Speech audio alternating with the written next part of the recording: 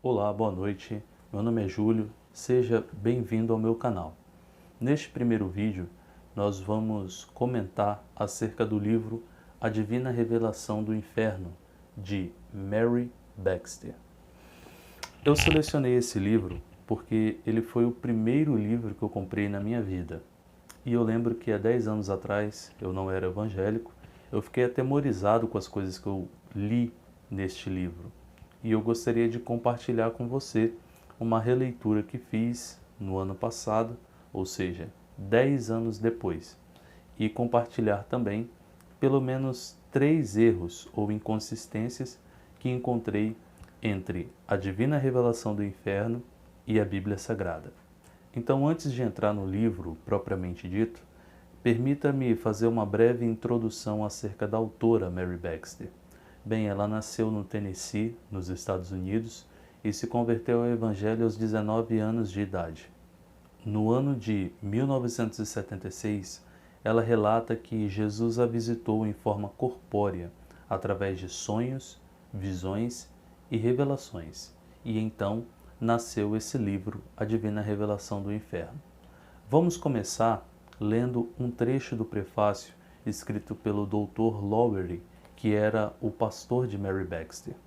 Ele diz assim: diferente de outros livros, acredito que este tenha sido produzido pelo Espírito Santo para ficar no tempo e na eternidade. Ou seja, segundo o Dr. Lowery, que era pastor de Mary Baxter, esse livro foi produzido pelo Espírito Santo. Se eu partir do pressuposto de que esse livro foi de fato produzido pelo Espírito Santo, logo eu tenho que entender que o Espírito Santo que produziu este livro é o mesmo Espírito Santo que inspirou os autores da Bíblia Sagrada. Logo, não deveria haver nenhuma contradição entre a Bíblia e o livro de Mary Baxter. Mas não foi isso que encontrei na minha releitura. Então deixa eu compartilhar com você 3 erros do livro A Divina Revelação do Inferno. Bem, então vamos ao primeiro erro de Mary Baxter. No início do seu livro, ela informa que Jesus apareceu para ela de forma corpórea, dizendo que a levaria para conhecer o inferno, e ela teria que escrever as coisas que ela visse lá, a fim de que as pessoas que lessem o seu livro posteriormente viessem a crer que o inferno de fato era real. E ela registra o seguinte: neste momento, começamos a subir cada vez mais no céu, e eu podia ver a terra embaixo. Saindo dela espalhados em muitos lugares, haviam tubos girando ao redor de um ponto central, e depois girando de volta novamente. Eles se movimentavam bem acima da terra, e pareciam um tipo sujo e gigantesco de colantes que se mexiam continuamente. Eles subiam de todas as partes da terra. O que é isso? Perguntei ao Senhor Jesus quando chegamos perto de um deles. E Jesus respondeu: são os portões do inferno. Nós entraremos no inferno por um deles. A pergunta que eu faço a você é a seguinte: você que já leu a Bíblia de Gênesis, Apocalipse, já viu algo parecido nela? Obviamente não, porque não há nenhum relato de túneis saindo da terra ou de portões e portais do inferno que dão acesso a esse lugar na Bíblia Sagrada. Ou seja, nós não encontramos esse relato na Bíblia. Então temos que seguir o conselho do apóstolo Paulo quando ele diz na Epístola aos Coríntios que nós não devemos ir além daquilo que está escrito. Neste caso, Mary Baxter foi além daquilo que está escrito, pois túneis saindo por todas as partes da terra, como sendo portais do inferno, de fato, nós não encontramos nela. O segundo erro de Mary Baxter trata-se de um plágio que a gente encontra na página 25.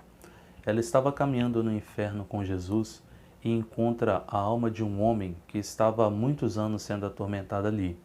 E esse homem faz um pedido para Cristo. Ele diz o seguinte: Senhor, algumas pessoas da minha família acabarão vindo para cá, porque também não se arrependerão. Por favor, Senhor, deixe-me ir dizer a eles que devem se arrepender dos seus pecados, enquanto eles ainda estão na terra. Não quero que eles venham para cá. Jesus respondeu: Eles têm pregadores, professores e pastores, todos ministrando o Evangelho. Esses falarão a eles. Eles também têm vantagens dos modernos meios de comunicação e muitos outros meios para aprenderem de mim. Eu enviei obreiros para que eles possam crer e serem salvos. Se eles não acreditarem no Evangelho, tampouco serão convencidos, mesmo que alguém se levante dos mortos. Isso te lembra alguma passagem da Bíblia? Se você pensou em Lucas capítulo 16, na parábola do rico e do Lázaro, você acertou. Vamos conferir comigo. Em Lucas capítulo 16, versículo 27, a gente encontra o seguinte: E disse ele, o rico, que estava em tormento no Hades: Rogo-te, pois, ó Pai, que o mandes à casa de meu pai, pois tenho 5 irmãos, para que lhes dê testemunho, a fim de que não venham também para este lugar de tormento. E disse-lhe Abraão: Tem Moisés e os profetas, ouçam-nos. E disse ele: Não, pai Abraão, mas se algum dentre os mortos fosse ter com eles, arrepender-se-iam. Porém ele lhe disse: Se não ouvem a Moisés e aos profetas, tampouco serão persuadidos, ainda que algum dos mortos ressuscite. Então, neste caso, a gente percebe que Mary Baxter fez uma cópia exata da parábola do rico e do Lázaro, informando a nós, leitores de seu livro, de que essa era uma nova revelação. Mas quando a gente coloca em paralelo o livro com a Bíblia, a gente percebe aí uma prática de plágio muito mal feita, por sinal. O terceiro e talvez o mais grave erro de Mary Baxter nesse livro está numa parte em que ela anda com Jesus no inferno, ele continua a sua rota e ela vê 5 mulheres dançando no inferno. Mulheres lindas e perfeitas à vista, dançando ao som de uma música, e então se coloca de pé diante daquelas mulheres um homem vestido de capa preta. Esse homem era Satanás. E este homem chega diante dessas 5 mulheres e diz o seguinte: Minhas filhas, vocês obedeceram às minhas ordens e agora estão prontas para sair para a terra, para fazer a minha vontade. Vocês receberam os poderes das trevas e têm todos os recursos do inferno para lhes dar cobertura no seu trabalho. Satanás começou a rir perversamente e continuou: Agora, só para lembrar a vocês do meu poder, vou fazer uma demonstração do que acontecerá caso não me obedeçam claramente. E Satanás agitou os seus braços sobre elas, que começaram a suplicar: Oh, por favor, não, Satanás. Nós obedeceremos e cumpriremos o que você mandou, mas, por favor, não nos atormente. Mas Satanás não as escutou. E ali essas mulheres começaram a queimar e viraram caveiras no inferno. Qual é o erro de Mary Baxter nessa revelação propriamente dita? Esse é um erro muito comum entre as pessoas, uma visão deturpada acerca de Satanás e a sua realidade, pois muitos acreditam num inimigo que vive no inferno, que é o seu império, ele sentado num trono com um tridente, decidindo quem vai ser atormentado mais e quem vai ser atormentado menos. Mas esse pensamento popular não encontra respaldo na Bíblia Sagrada. Quando a gente lê a Bíblia, a gente percebe que o tormento, o lago de fogo, ele foi feito exatamente para Satanás e seus anjos serem atormentados. Em Mateus capítulo 25, versículo 41, a gente lê o seguinte: Então dirá também aos que estiverem à sua esquerda: Apartai-vos de mim, malditos, para o fogo eterno preparado para o diabo e seus anjos. Ou seja, o fogo eterno, ele foi preparado para o tormento de Satanás e os seus anjos, não para ele ser ali um rei, um imperador que não sofre.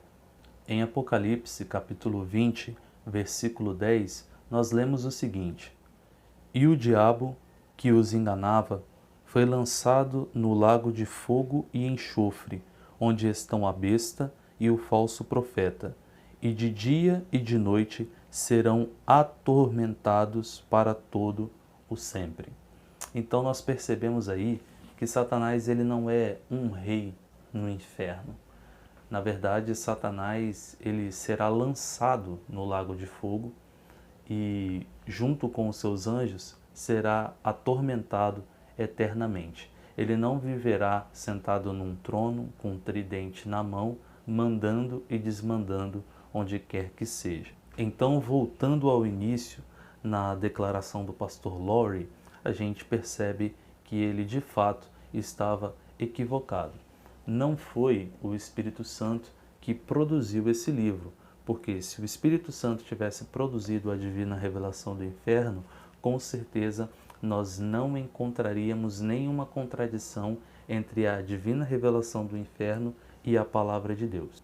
Então vamos seguir o conselho de Paulo, que é não ir além do que está escrito.